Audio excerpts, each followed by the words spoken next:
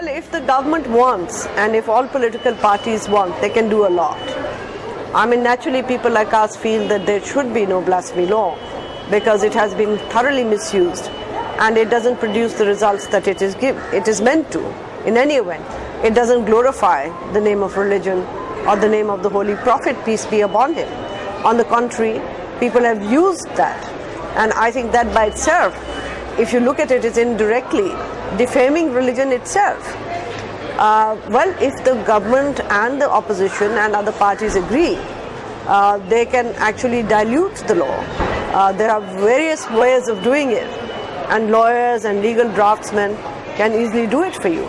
First of all, not to have death penalty as a mandatory death penalty, because that by itself puts the court in a dilemma, because either you give them death or you give them nothing, and if you give them nothing, then you're under a lot of pressure from the kind of fanatical forces that we have here, and then the only option is to give death.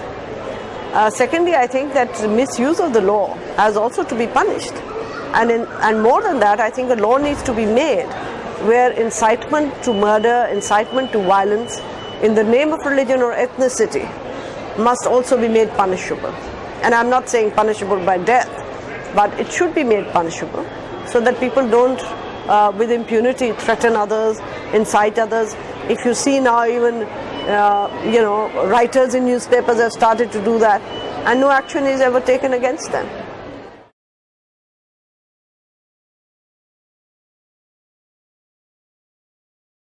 It is very difficult, and it will get more and more difficult because militancy has increased, and I'm afraid that there was much talk and no action. I believe that these things have to be done with very delicate hands. It's not to be talked about and to prove a point. If one was to prove a point, then it's not worth it having people killed to prove a point. But I think that it can be done, and political parties can do it once they have the strength within themselves and they find that they are in a position. So I believe that there has to be a timing. But even without changing the law, I think the government can do many things by training their police officers of how to deal with it. And I think courts need to be also sensitized about the issue. Courts are very scared when cases like this come in front of them, because they then, to get over their own fear, they sort of are more inclined towards punishment rather than giving benefit of doubt.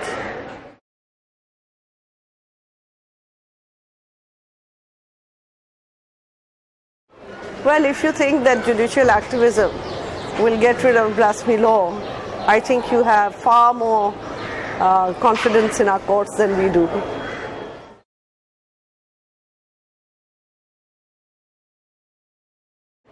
In one way it is very scary. I have never been scared of living in this country, even in the worst of times. I've never been scared going to jail. I've never been scared of being beaten up. But there is a kind of fear that is all pervasive here, because the future is so uncertain. But at the same time, there are some very positive developments in the last 5 years, and that hasn't come from governments, but it has come from people themselves. The maturity that people have shown, the way media has informed people, the way people have taken ownership of their own lives and reacted to unfairness. I think all these things make a society, and we've seen a lot of that in the last few years. So democracy has its dividends despite poor governance.